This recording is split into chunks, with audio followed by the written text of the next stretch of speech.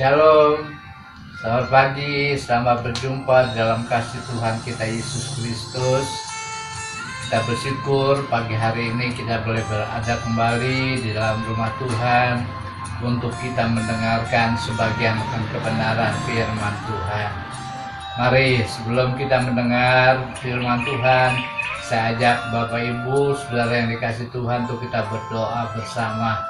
Bapa dalam surga, dalam nama Tuhan kami Yesus Kristus, kami datang kembali kepada Tuhan. Kami bersyukur dan berterima kasih kalau Tuhan masih memberikan kesempatan, Tuhan masih memberikan nafas hidup, Tuhan masih memberikan pertolongan kepada kami, sehingga pada pagi hari ini kami dengan tubuh yang sehat boleh kembali duduk diam mendengarkan firman Tuhan. Urapi hamba-Mu yang akan menyampaikan firman Tuhan dengan urapan yang daripada Tuhan sendiri, Tuhan yang berbicara melalui mulut bibir daripada hamba-Mu, sehingga perkataan yang keluar daripada mulut hamba-Mu adalah firman Tuhan yang diurapi dengan urapan yang daripada Tuhan. Kami berdoa bagi setiap kami yang mendengarnya, Kau bukakan hati mereka, wajah hati-hati mereka, supaya benih-benih firman Tuhan boleh tertanam dan mereka boleh melakukan dalam kehidupannya. Terima kasih Bapa, berfirmanlah, kami siap mendengar, menyimpan dan melakukan dalam hidup kami. Dalam nama Tuhan kami Yesus Kristus kami berdoa dan mengucap syukur. Haleluya, amin. Saudara yang dikasih Tuhan, pagi hari ini kita kembali mendengarkan firman Tuhan. Dan firman Tuhan yang akan saya bawa diambil dalam kitab Roma pasal 8 ayat yang ke-28. Demikianlah bunyi firman Tuhan. Kita tahu sekarang bahwa Allah turut bekerja dalam segala sesuatu untuk mendatangkan kebaikan bagi mereka yang mengasihi Dia, yaitu bagi mereka yang terpanggil sesuai dengan rencana Allah. Tema firman Tuhan adalah penyertaan dan kebaikan Tuhan. Bapak Ibu Saudara yang dikasih Tuhan, kita patut bersyukur kepada Tuhan di dalam Yesus Kristus, karena sampai saat ini di dalam situasi yang sangat sulit kita masih bisa bernafas, kita masih ada, dan kita percaya bahwa semua yang kita alami itu adalah karena adanya penyertaan Tuhan dan kebaikan Tuhan di dalam setiap kehidupan kita. Nats yang kita baca tertulis bahwa Allah turut bekerja, artinya adalah dalam segala hal Allah itu turut campur tangan untuk kehidupan dan dalam kehidupan kita. Saudara yang dikasih Tuhan, firman Tuhan berkata dalam Yesaya pasal 43 ayat yang kedua. Demikian bunyi firman Tuhan, apabila engkau menyeberang melalui air, aku akan menyertai engkau, atau melalui sungai-sungai, engkau tidak akan dihanyutkan. Apabila engkau berjalan melalui api, engkau tidak akan dihanguskan, dan nyala api tidak akan membakar engkau. Melalui ayat ini kita bisa mengambil kesimpulan dan percaya bahwa adanya penyertaan Tuhan dan adanya kebaikan Tuhan di dalam segala keadaan, baik dalam keadaan senang maupun keadaan susah seperti hari-hari ini. Penyertaan dan kebaikan Tuhan itu dapat kita rasakan apabila di dalam diri kita ada yang kita bisa lakukan untuk Tuhan. Nats yang kita baca mengatakan, bagi mereka yang mengasihi Dia. Garis bawahi kata bagi mereka yang mengasihi Dia. Kunci untuk merasakan penyertaan dan kebaikan Tuhan apabila kita mau mengasihi Tuhan. Pertanyaannya adalah, apakah dalam diri kita sudah kita mengasihi Tuhan? Di dalam Alkitab banyak tokoh-tokoh yang mengasihi Tuhan. Hal ini kita dapat membaca dari Alkitab Perjanjian Lama sampai dengan Perjanjian Baru. Dan hari ini saya akan kita akan belajar dari seorang nabi yang bernama Nabi Elia. Apa yang dapat kita pelajari dari Nabi Elia? Dan apakah penyertaan Tuhan dan kebaikan Tuhan berlaku untuk Nabi Elia? Ya, dia mengalami penyertaan Tuhan. Dia mengalami kebaikan Tuhan. Apa yang membuatnya dia mengalami penyertaan dan kebaikan Tuhan? Yang pertama adalah Nabi Elia memiliki ketaatan. Dalam 1 Raja-Raja pasal 17 ayat yang kelima, firman Tuhan berkata, "Lalu ia pergi dan ia melakukan seperti firman Tuhan. Ia pergi dan diam di tepi sungai Kerit di sebelah timur sungai Yordan." Bapak Ibu Saudara yang dikasihi Tuhan, seseorang yang mengasihi akan seseorang adalah memiliki ketaatan. Ketaatan kepada pasangannya, misalnya suami taat kepada istri, istri taat kepada suami, anak-anak taat kepada orang tuanya. Hal itu juga dapat kita lihat dalam kehidupan seorang yang bernama Elia. Saat ia berada di dalam kesulitan, karena pada waktu itu adalah musim kemarau, musim paceklik, di mana terjadi kelaparan di mana-mana, sehingga tanah menjadi kering, penghasilan tidak ada. Namun Nabi Elia membuktikan bahwa dirinya adalah seorang yang mengasihi Allahnya. Bagaimana bukti bahwa Nabi Elia mengasihi Allahnya? Yaitu dengan memiliki ketaatan kepada Allah. Kalau kita membaca ayat sebelumnya, Nabi Elia diperintahkan untuk mengungsi. Nabi Elia diperintahkan untuk pergi di mana pada saat itu ia tinggal. Nabi Elia mengasihi Allah dan membuktikan bahwa ia mengasihi Allah. Sebab itulah ia memiliki ketaatan. Bagaimana dengan saudara dan saya saat ini? Setiap kita pasti dan sering kita berkata, "Aku cinta Tuhan Yesus." Itu sudah pasti kita ucapkan. Pertanyaannya adalah, adakah tanda bahwa kita mengasihi Tuhan? Sudahkah kita merasakan penyertaan dan kebaikan Tuhan dalam aspek kehidupan kita? Mungkin sementara sudah berkata, saya ke gereja, saya melayani Tuhan, saya berdoa, saya baca Alkitab dan lain sebagainya. Bagus, betul itu semuanya. Tapi pertanyaannya adalah, apakah kita memiliki ketaatan kepada Tuhan Yesus? Kata taat itu mudah diucapkan dan mudah diingat, tetapi pada kenyataannya sulit untuk kita jalankan. Tuhan tidak menuntut apa-apa dari kita, tetapi Dia menginginkan kita. Sebagai bukti kita mengasihi Tuhan adalah kita memiliki ketaatan kepada segala perintahnya. Firman Tuhan berkata dalam Imamat pasal 22 ayat 31, "Dengan demikian kamu harus berpegang pada perintahku dan melakukannya. Akulah Tuhan." Saudara yang dikasihi Tuhan, saya membaca sebuah cerita dari seorang yang bernama Dr.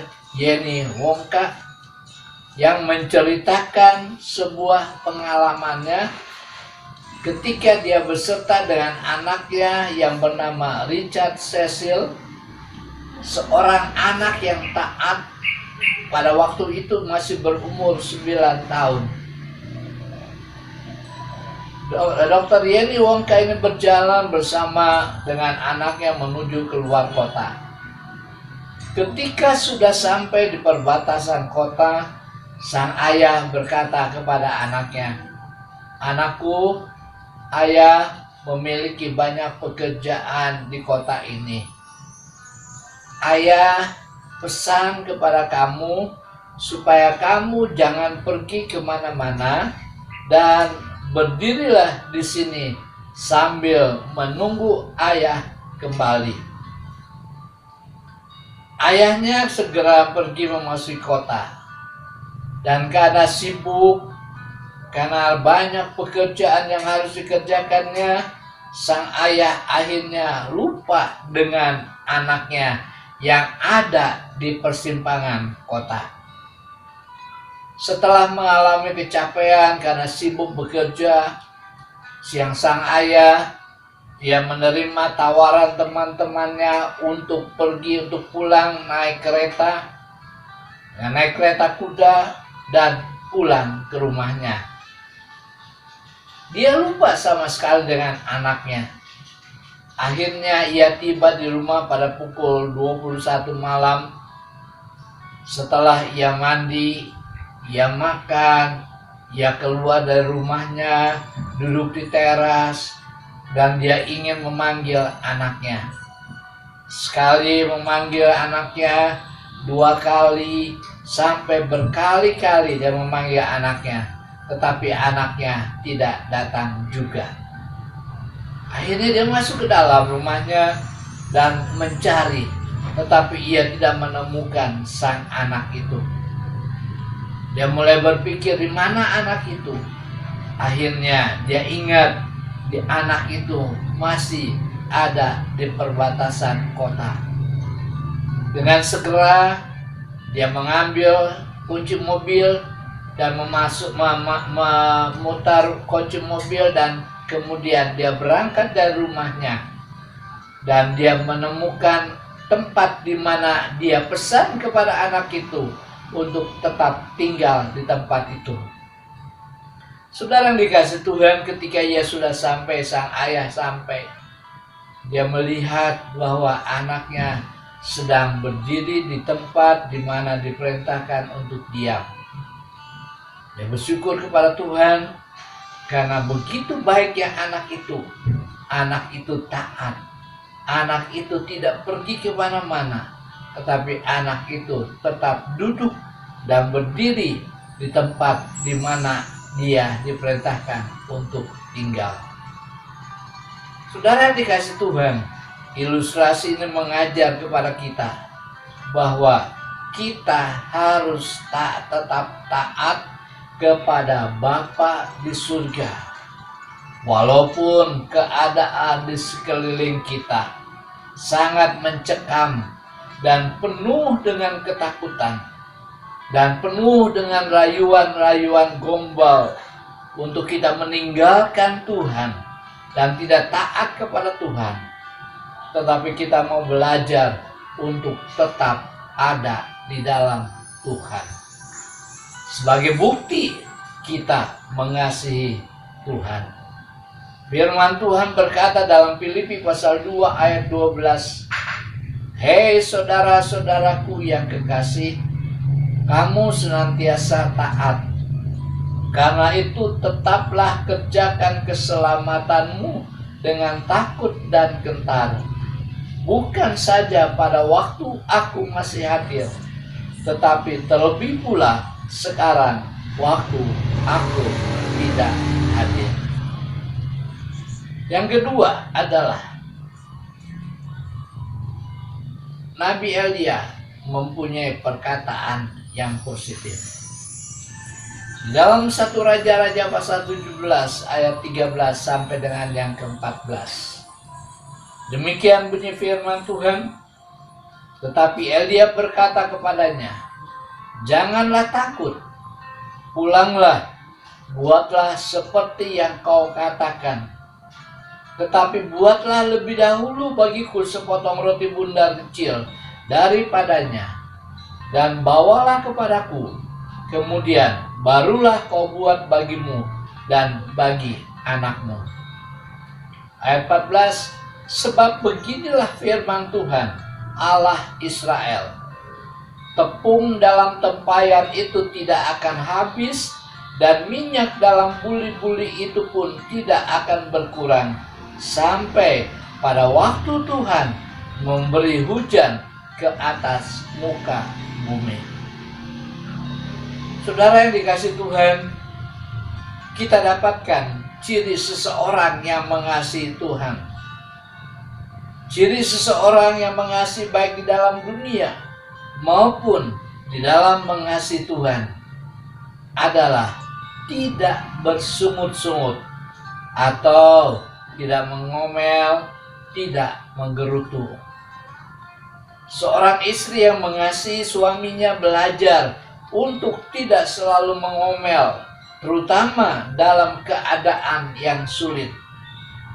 Justru seorang istri atau seorang suami yang saling mengasihi seharusnya selalu berkata positif, terutama dalam saat-saat yang sukar, saat-saat yang sulit. Apa yang dialami oleh Nabi Elia? Seharusnya ia protes sama Allah. Karena apa? Karena ia disuruh pergi ke tempat yang sepi, dan dia harus minta makanan kepada seorang perempuan seorang yang sudah tidak bersuami, yaitu seorang janda. Di sini kita bisa melihat bukti bahwa Elia itu mengasihi Tuhan. Walaupun perintah Allah itu sangat menjengkelkan dan tidak masuk akal, karena ia harus meminta kepada seorang janda yang tidak punya apa-apa. Walaupun si janda memberikan alasan bahwa ia tidak punya apa-apa, hanya tepung sedikit dan minyak sedikit. Apa yang diucapkan oleh Elia? Ia mengucapkan perkataan yang positif kepada janda itu. Buatlah dulu untuk saya. Di sini bukan berarti Nabi Elia hanya memikirkan diri sendiri atau bersifat egois. Tanpa dipaksa, sang janda juga memiliki ketaatan kepada Allah. Setelah ia mendengar ucapan yang positif daripada Nabi Elia. Saudara yang dikasihi Tuhan, pelajaran yang baik bahwa Allah sangat peduli kepada setiap kita. Saat kita berada dalam kesulitan, saat kita berada dalam masalah, saat dalam keadaan sakit, marilah kita mau belajar untuk selalu mengucapkan kata-kata yang positif. Dampaknya adalah Allah akan menjawab dan peduli kepada kebutuhan kita. Firman Tuhan berkata dalam Matius pasal 12 ayat yang ke-37. Karena menurut ucapanmu engkau akan dibenarkan, dan menurut ucapanmu pula engkau akan dihukum. Hari-hari ini setiap manusia di dunia mengalami dampak yang sukar akibat adanya virus corona, termasuk di dalamnya orang-orang yang percaya. Sebagai orang percaya, kita harus percaya bahwa Tuhan sanggup menolong kita. Bagaimana caranya? Jangan bersungut-sungut, jangan menggerutu, jangan mengomel, tetapi keluarkanlah ucapan-ucapan yang positif dari mulut kita. Karena segala sesuatunya terjadi di hadapan Tuhan menurut ucapan kita. Saya membaca sebuah cerita dari seorang pendeta yang bernama Robert Schuller.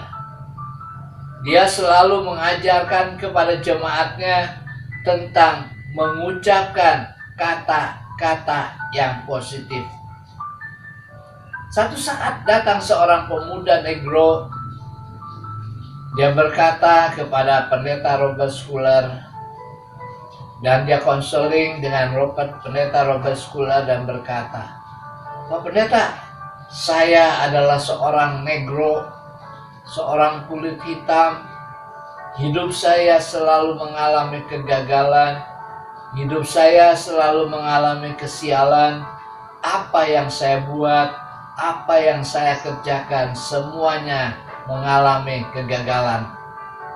Saya boleh dikatakan sebagai seorang yang selalu sial di dalam kehidupan saya."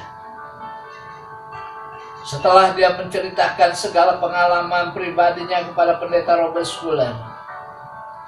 Schuller berkata, "Apakah kamu mau menurut dan mau taat kepada perintah saya?" Lalu seorang negro itu berkata, "Baik. Sekarang kamu pulang. Mulai hari ini kamu rubah perkataanmu. Kamu jangan berkata saya orang kulit hitam, saya orang yang selalu sial, saya orang yang selalu gagal, saya selalu orang yang menjadi orang yang tidak pernah berhasil. Tapi mulai sekarang kamu harus rubah perkataanmu. Saya orang negro. Saya bersyukur karena dilahirkan sebagai orang negro. Dan saya bersyukur kalau bahwa Tuhan telah membuat saya menjadi orang yang berhasil. Orang yang sukses. Orang yang tidak pernah gagal. Orang yang selalu mengalami kebaikan-kebaikan Tuhan." Si negro berkata, "Bagaimana mungkin saya bisa berkata demikian, Pak Pendeta?" Lalu pendeta Robert Schuller berkata, "Silahkan, kalau kamu mau taat kepada apa yang saya perintahkan, dan kamu melakukannya sesuai dengan ucapan mulutmu, kamu akan berhasil." Baik, saya akan coba, saya mulai mempraktekkan. Akhirnya, si orang negro ini kembali pulang, dan setiap hari dia rubah perkataannya. Perkataan yang negatif dirubah menjadi perkataan yang positif. Memakan waktu yang cukup lama, tetapi akhirnya setelah sekian lama dia mempraktekkan ucapan yang positif, dia mulai melihat perubahan di dalam kehidupannya. Apa yang dibuat melalui kehidupannya, dia mulai mengalami keberhasilan. Sampai akhirnya ia sukses. Dia kembali kepada pendeta Robert Schuller dan mengucap syukur kepada beliau bahwa apa yang telah diucapkannya, telah dijalankannya, dan saya sekarang berhasil. Saudara yang dikasihi Tuhan, di dalam Alkitab, dalam Injil Matius pasal 9 ayat 21, ada satu perkataan yang berkata sebagai berikut, "Karena katanya dalam hatinya, asal kujamah saja jubahnya, aku akan sembuh." Perkataan ini adalah perkataan seorang ibu yang 12 tahun mengalami pendarahan. Badannya sudah kurus kering, uangnya sudah habis untuk biaya pengobatan, tetapi tetap dia nggak sembuh.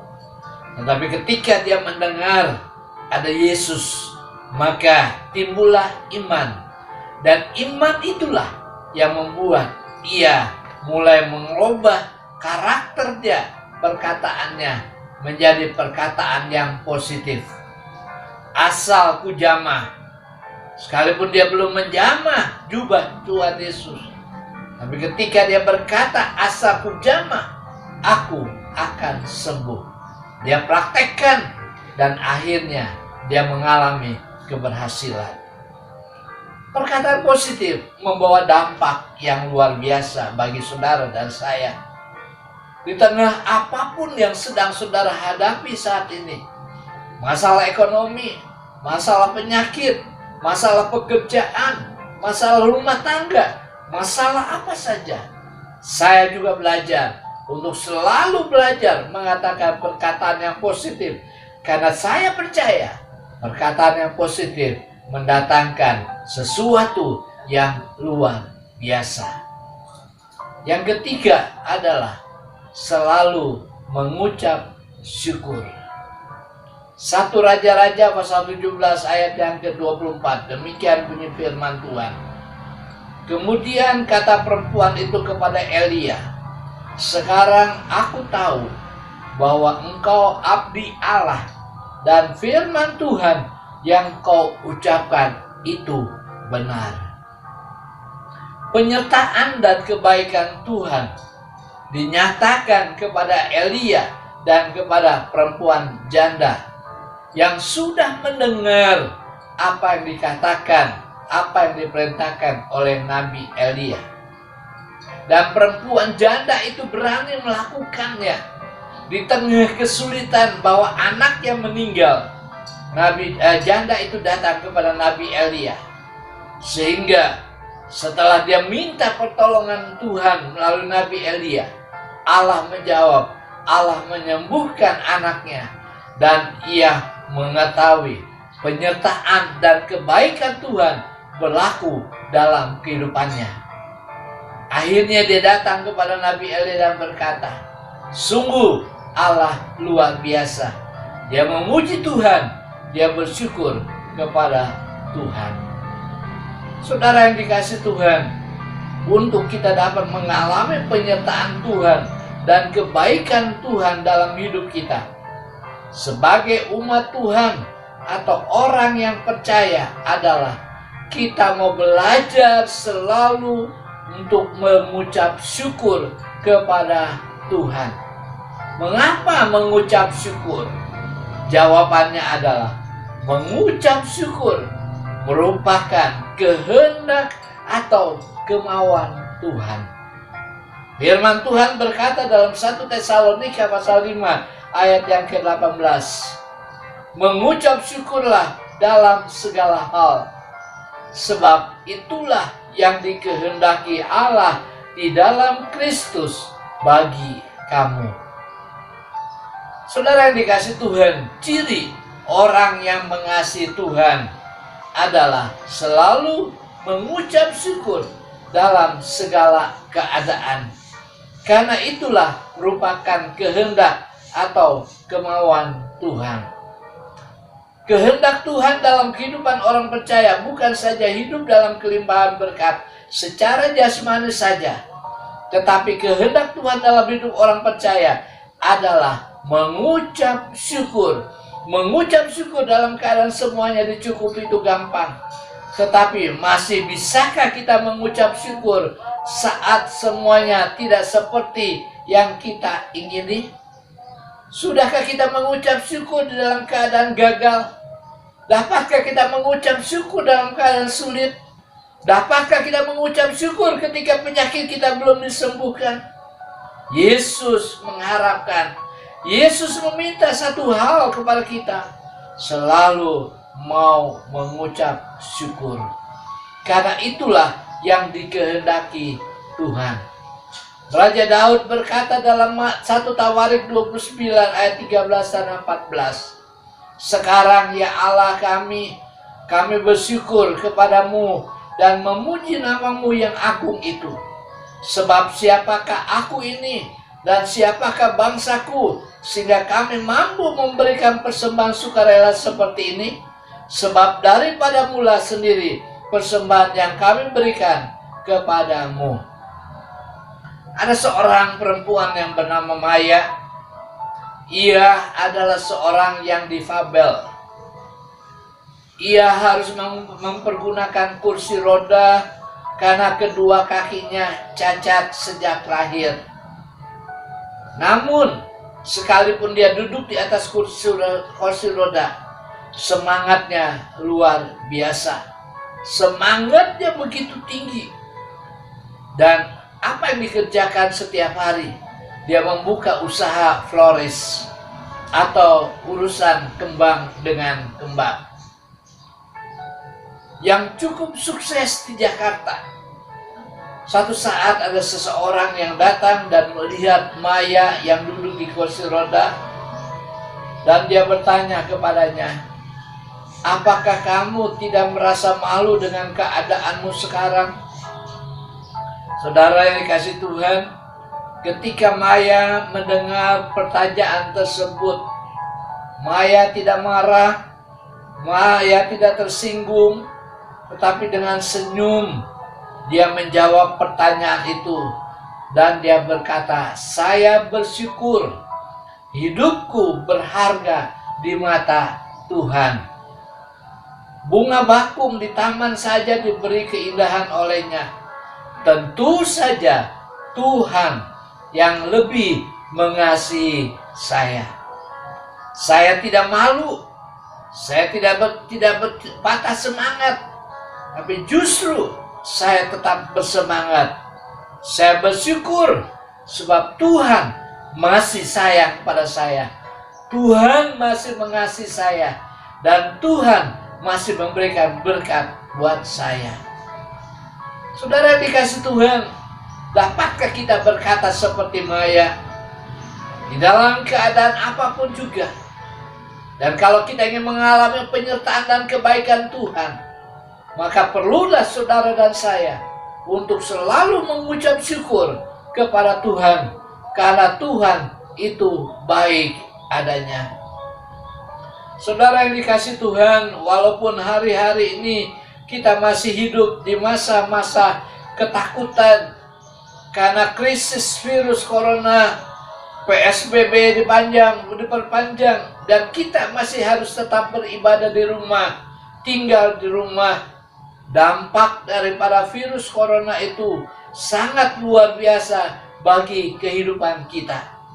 Ekonomi menjadi sulit, untuk beli makanan begitu sukar. Tetapi sebagai anak-anak Tuhan, penyertaan dan kebaikan Tuhan masih tetap berlaku bagi saudara dan saya. Asal kita mau tetap mengasihi Tuhan. Bagaimana kita mengetahui bahwa kita mengasihi Tuhan?